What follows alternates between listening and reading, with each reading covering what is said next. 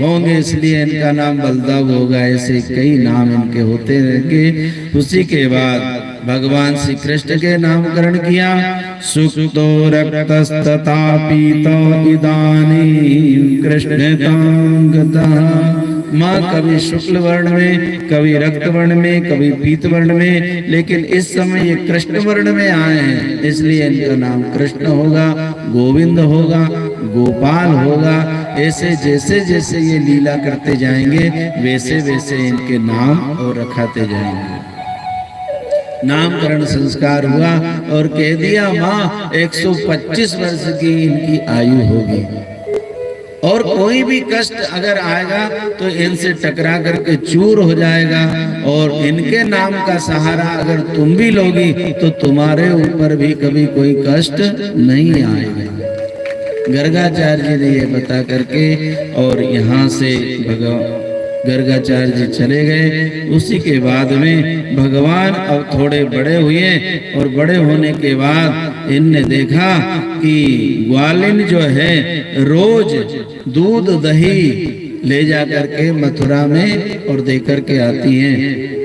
गोपियों को रोका। भगवान ने कहा देखो तुम इतनी मेहनत करती हो, दूध दही और बनाती हो, निकालती हो, गाय से दूध निकालती हो, दही जमाती हो, माखन बनाती हो, घी बनाती हो और सब ले जा करके तुम कंस के अनुचर को देख करके आ जाती हो और वो वही दूध दही माखन खा करके और तुम्हारे ऊपर अत्याचार करते हैं। इसलिए तुम्हारे बच्चों को खिलाओ पिलाओ,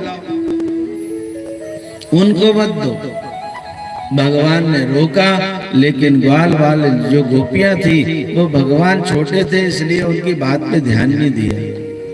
भगवान ने विचार किया ये बात मान नहीं रही है। एक मीटिंग की इनने सब छोटे छोटे ग्वाल वालों को लेके, भैया कुछ बड़ा कदम उठाना पड़ेगा अपने को, अपनी बात मानी नहीं जा रही है।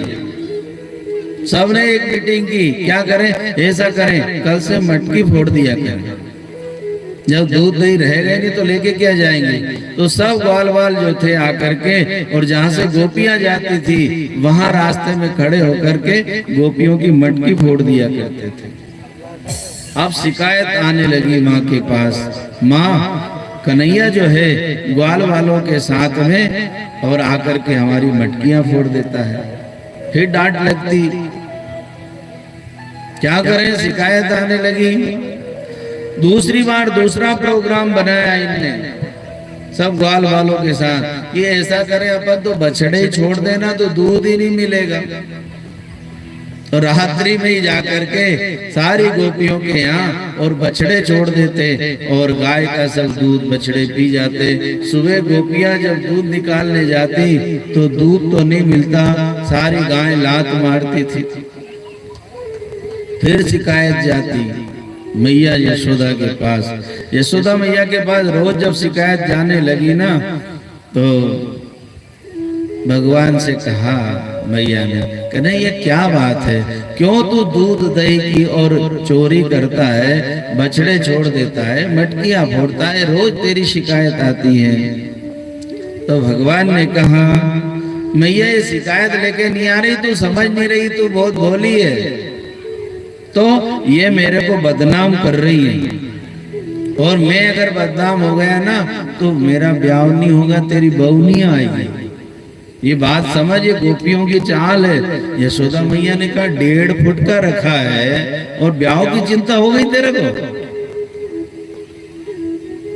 कन्हैया कह रहे हैं इनको पतियारो करे मैं तस्करिए साह, चोर नाम मेरो धरो मेरो होने न देगी ब्याह। माँ ये बड़ी सहावंगी सेठ बन गई और मेरे को चोर साबित कर दिया, ऐसे में मेरा ब्याह नहीं होने देंगी, मेरे को बदनाम कर देंगे। मैया ने कहा रे कन्हैया 1.5 फीट का रखा है अभी और तेरे को बड़ी ब्याह की चिंता हो गई।